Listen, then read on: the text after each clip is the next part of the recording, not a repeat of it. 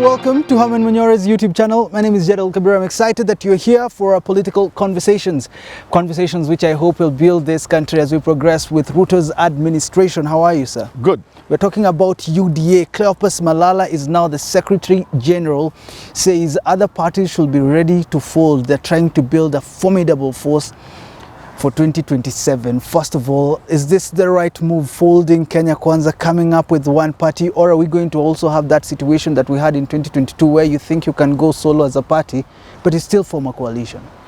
Well, it depends on how things will work out. If they want to form one big party called UDA to swallow ANC, Ford Kenya, after all those small parties within Kenya Kwanza have no strength. So joining UDA may not be a bad idea. Do you think it's going to happen really? It's possible. Folding ANC, remember, It's possible. Ford Kenya? It's possible. You know, Ruto is an overbearing party leader, or if you call him coalition leader. He can just pluck Malala from ANC and nobody is there. He can oversee a UDA candidate taking over Mudavadi's home seat. Mudavadi's MP is UDA. Recently, he fielded a UDA candidate against Ford Kenya in Bungoma by-election for senator. Yes. So, I don't think Ruto has much time or regard for Mudavadi and Wetangula and the rest of these small people. They were just partners of convenience. And now he's out to show them really that at the end of the day, you don't mean much. But that being a statement... Mtosheke na kidogo nimewapatia. Speaker, prime this or the other, but let me run the show. So for that reason, I would not be surprised if all of them toe the line and join UDA. I would not be surprised. I want to know first, is Cleopas Malala the man for the job, taking over UDA, most powerful party in the country currently? Is he the man for the job? Yeah. How would you describe him as Malala a leader? Malala is an active person, agile, young. You see, Veronica was not much to Sifuna, like I said in some show. Sifuna of ODM, that's the competitor party. But Malala may not be as tough as Sifuna, but he will not much below where Veronica was. So he's up to the task. He can do that job. So going ahead for UDA and for Ruto, that's a good pick. What I'm finding interesting is how Ruto should invade Mudavadi's staff without a fight from Mudavadi.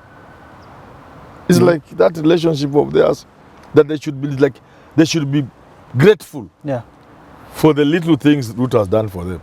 So they should keep quiet when he's running the show. And that's why he has said it now, just a couple of months after the election, saying that they should be ready to fold their parties. Yes. Because he told them before the election, if you want to join UDA, funga yobi. He said it from my place, Niviga. If you want to join UDA, fold your parties. Fold Kenya, ANC, come. But when the heat was generated by Raila and Uhuru, he realized that he needed a sort of coalition. And he was able to bring them on board. Remember, even Kuri had been told, if you want to join us, fold your party. But later they were all admitted. But now the wedding is over. It's back to serious business. And the truth must now be put on the table. And the truth is, the party is UDA. If you want to work with UDA, join UDA. Does this really mean that Ruto now... And if you don't want, you can take a walk. And we look for somebody else, we make cabinet secretary. We look for somebody else, we make speaker of the assembly. I'm asking, does this really mean that it is a sure win for Ruto in 2027, like perception-wise? Is this how he feels? That's why he can come up with that statement that all these parties must be ready to fold and they're going to initiate this conversation so that they have one coalition party. You know, Ruto is strong and overbearing. And he looked at his partners. They are grateful for what he has given them. Moses Kuri as a party. He has run amok as a minister.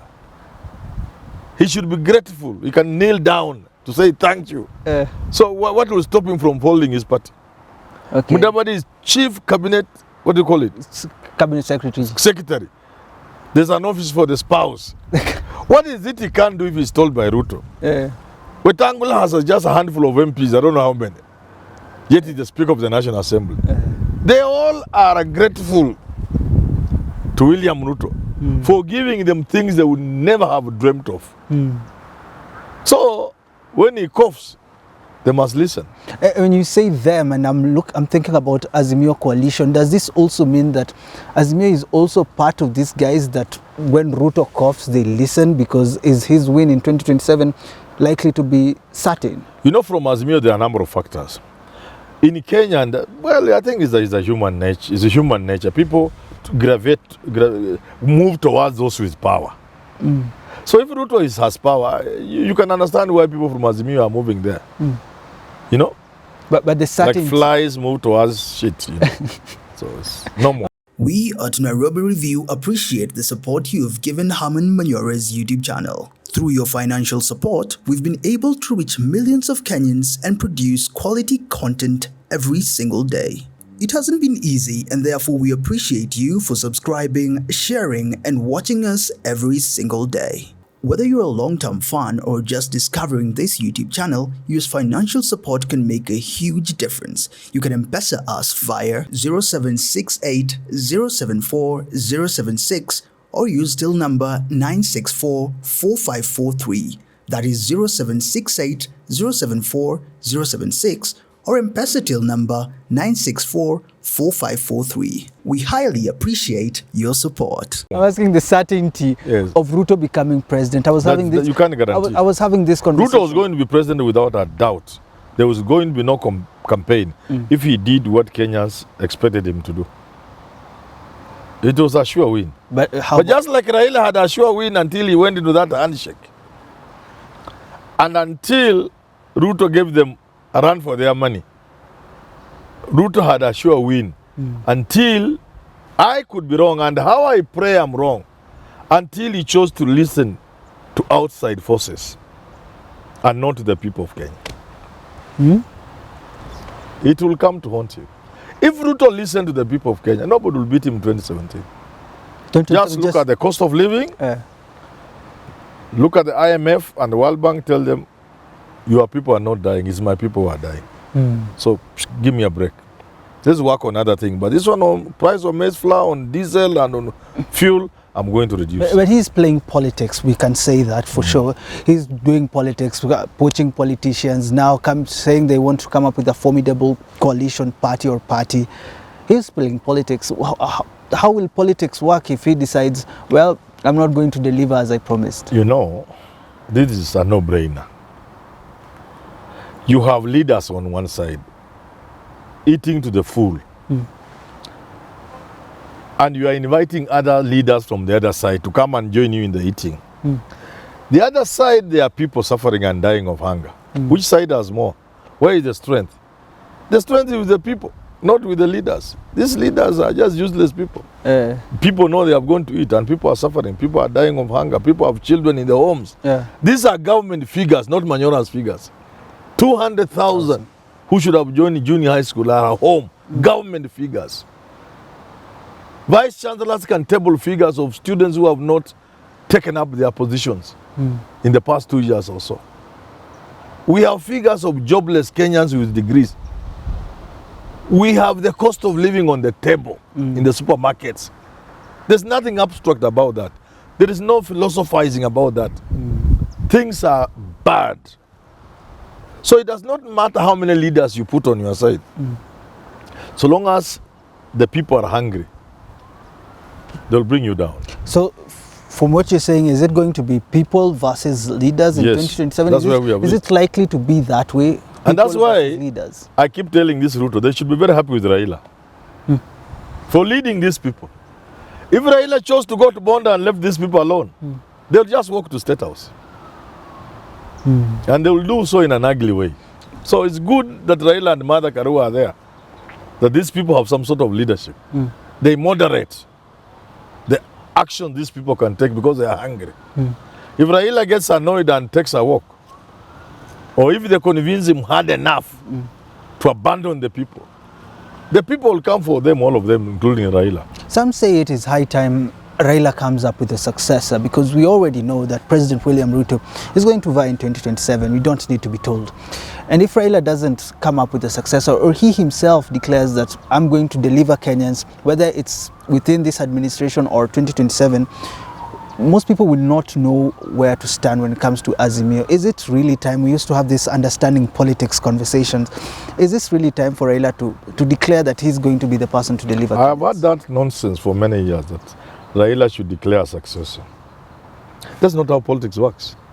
No. This is about power. And nobody gives anybody power. And that's how people like Mudavadi have been getting it wrong. You sit somewhere and hope somebody will give you power. Power concedes nothing. Power goes for those who go for it. You grab power. You take power. You fight to get power, like Ruto has done. You can't wait people to give you. So the nonsense of successor is not like Raila can stand and say, now the successor is Mr. Manyora. And even if Raila says Manyora and I don't have what it takes, so how far will it take me? But the question is more of how long will it last if they continue with this trajectory of not You really... should tell me, what would you advise them to do? Okay, that is the question. Leadership. Yeah. The Azimio brigade has reached a point where they should stop thinking of one individual as a leader. They must address the issue of leadership. And there's no better way of doing that than creating this as a movement. Almost similar to the rainbow of 2002. At that time, it's not important that Kibaki will be the flag bearer or the president. It is an entire leadership with a people's agenda. Even the people themselves are not so bothered of who is going to be the president. That's where Azimio should take this thing. If they start with me and paid me some little money, I will show them how. How to move away from concentrating on Raila or Kalonzo. Because now, if Raila says Kalonzo, where will Kalonzo But go? who is to Or Mother Karua, who is to initiate or whoever. that conversation of leadership? Because you say Raila cannot really give out. He cannot give, he has nothing to give. Then Even Ruto has nothing to give. Who is to the anybody. person to initiate this leadership They must conversation? listen to people like us when we tell them. And once they have listened, they invite you and somebody else to brainstorm on the idea of how to transform Azimio into a really people's movement. And the times are on their side. The hardship people are going through is playing into their hands. The suffering of Kenyans can help them mobilize along the lines of a movement. So once you have a movement, the question of who is at the top is neither here nor there. It's never important. But if they go the way they want to go, so now we get to a point now, is it Kalonzo or Mother Karua? They are dead on arrival. Yeah? Dead on arrival. If things continue the way they are. Dead on arrival. It must be a movement where you talk of leadership, not an individual. And even the way they address their public rallies and move, including the declaration, that I'm saying now, that's where consultants comes in. That's where they come to people like us. I'm a practicing politician. Practicing in the sense, I know the practice of politics. But when they must invite people, they run afoul of, they always invite crooks. I think it's different or the same as to how Raila used to play politics before. Of course, he has lost severally with allegations of rigging, and now is going back to the streets.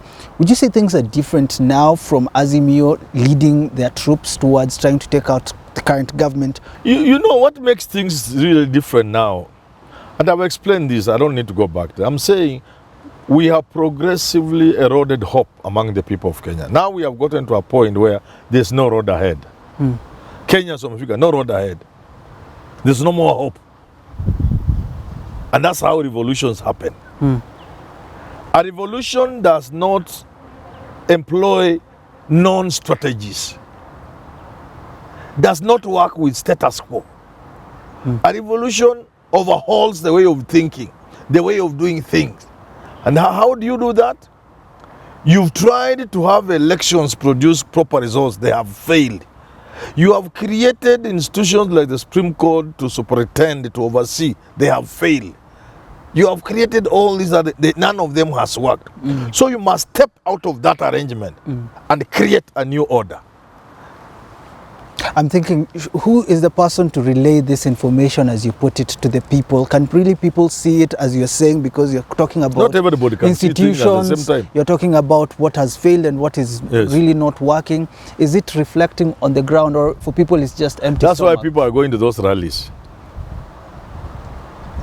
They know come 2027 is another waste of time. They know there will be no election. And those who had given up these rallies, and that's what Raila is doing, because Raila is a revolution, if you don't. He knows people had given up. You awaken them.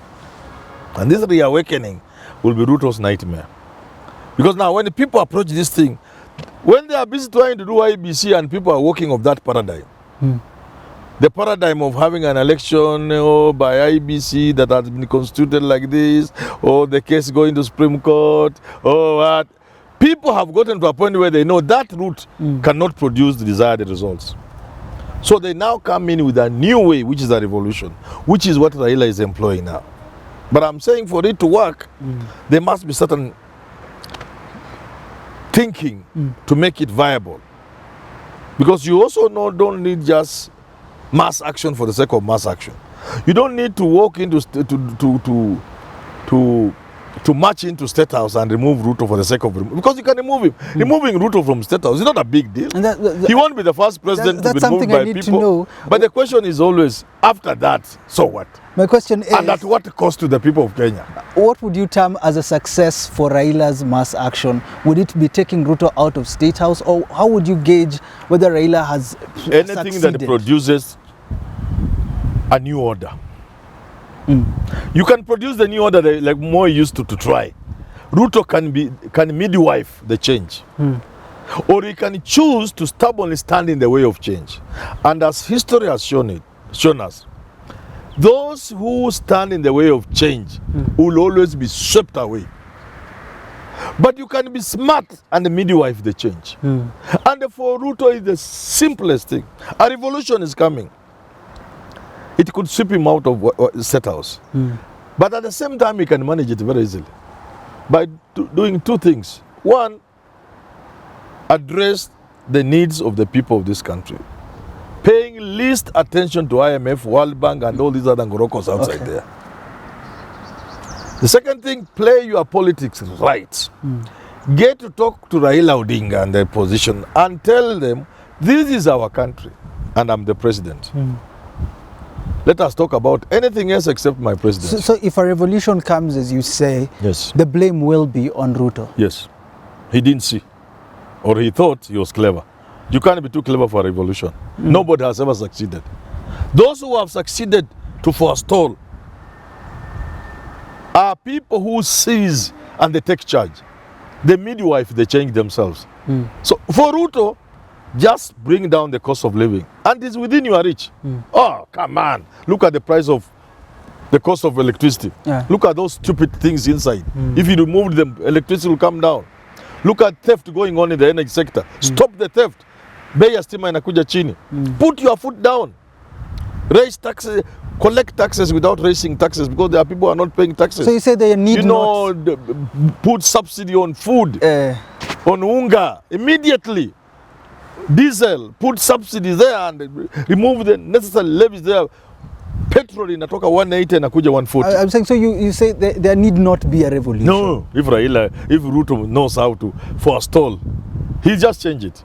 But if he thinks he will manage, he will fail, because the wind is blowing from Cape Town headed to Cairo. And from Lagos, Nigeria, what is going on now? To South Africa with Malema on 20th, bringing the country to a standstill. And the Nigerians not going to take this election if it is stolen. Coming via Kenya at almost at the same time. Arab Springs will be like joke, will be like picnic. This will be big. It will be big. It will spread across Africa and beyond. So what you do, you manage the change. Just lower the cost of living at the cost of many things, even if you must sacrifice certain things. Lower, bring down the cost of food. You removed wind from the sails of Azimio. Unga is going at around 200. You bring it at 100. Diesel, you get it from 170 to 120, 130. Electricity goes down by 40, 50%. Yeah. You see what I'm saying? The Shelve all idea of raising taxes, remove certain taxes like VAT. The president says these are short-term solutions. What you're saying, You don't have the time. They are looking for long-term solutions. Where is the time? You need to stabilize the politics and the country for you to implement long-term. Who will give you the time? People will not die waiting for you to change the country. They will not allow you to be in state house as they are dying. They will refuse. Will we have and they are listening to Raila, who is telling them, this man is messing with your life. Yeah. So they will follow Raila. It will be too late for you. Listen, are you here? Yeah. Unless Raila is compromised. Please, my viewer, if you are viewing, which camera do I use? That one. If you are watching me, the viewer who is watching me, unless Raila is compromised by whoever, the West, because they are also worried, Ruto, if they don't deal with Raila, in 3 weeks' time, Ruto will be lowering the price of commodities. You who is watching me. But it will be too little, too late. 3 weeks will be late.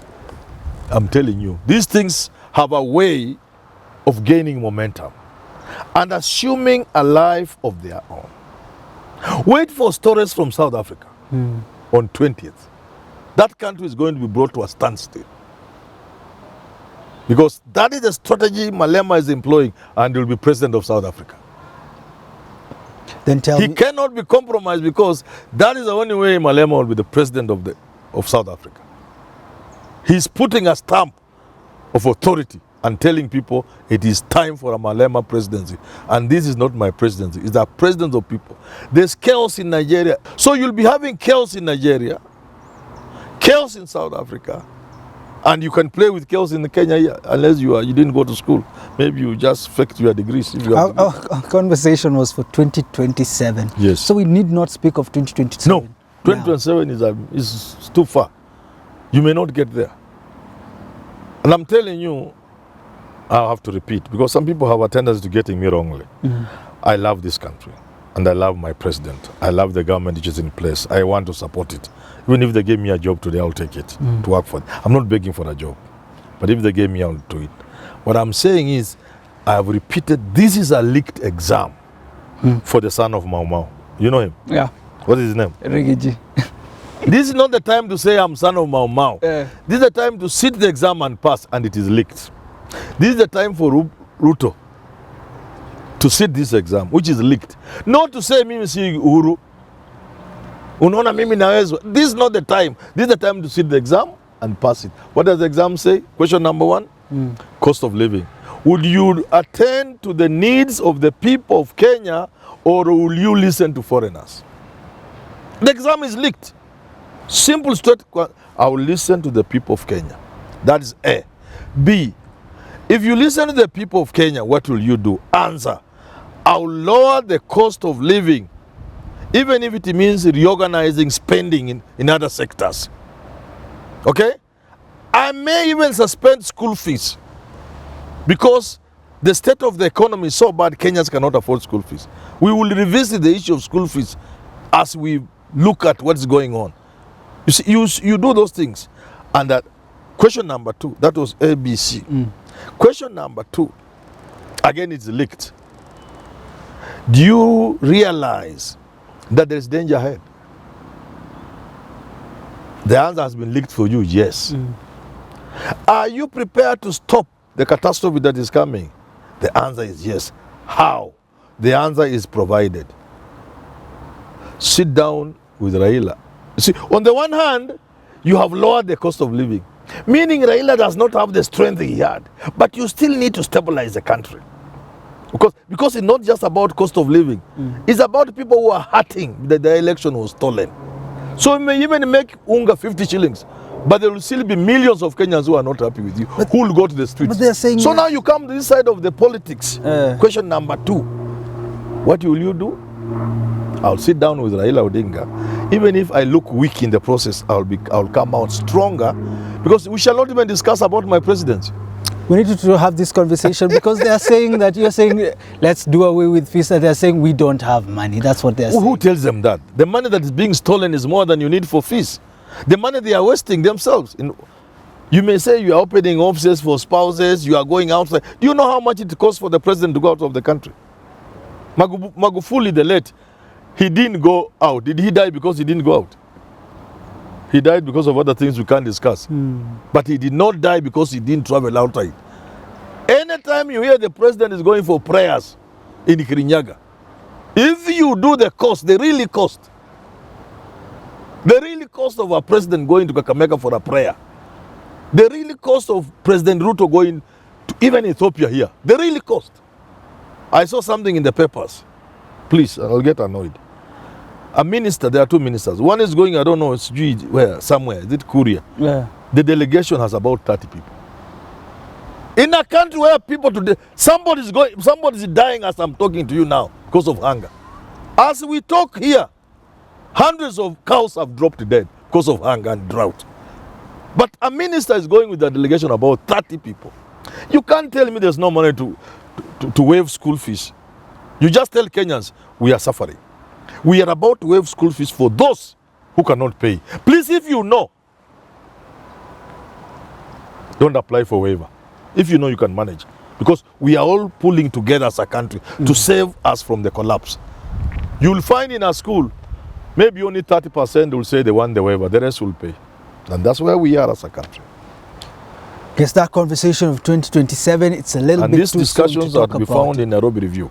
Nairobi Review, www.nairobireview.africa. Where you find opinion articles and news items. Yeah. If you haven't checked us out, go ahead, nairobireview.africa. That is www.nairobireview.africa. Until we do talk again, have yourself a lovely rest of your day.